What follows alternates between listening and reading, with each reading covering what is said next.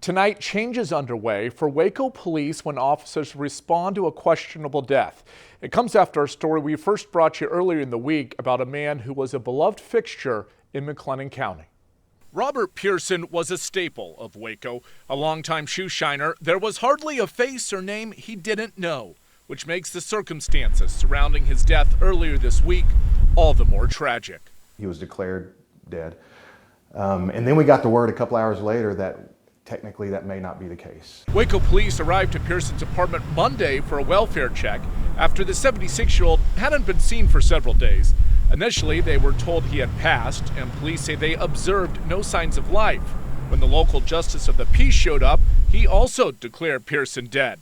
But when mortuary workers came to retrieve the man, it turned out he was still alive and soon rushed to the hospital, where he did eventually die.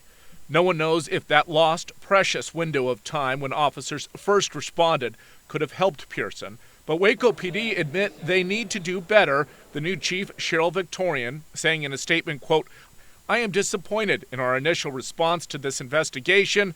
Further investigation and then contacting medical personnel would have been an acceptable course of action." We have classes on determining manner of death, the cause of death. Normally what we'll do is we will have a forensic pathologist come in from a medical examiner's office. Justice of the Peace also undergo training for death investigations.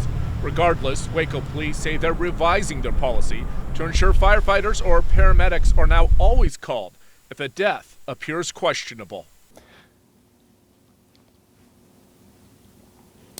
I'm gonna miss him. Now, the chief was sworn in about 2 months ago, and this is her first major policy change within the department.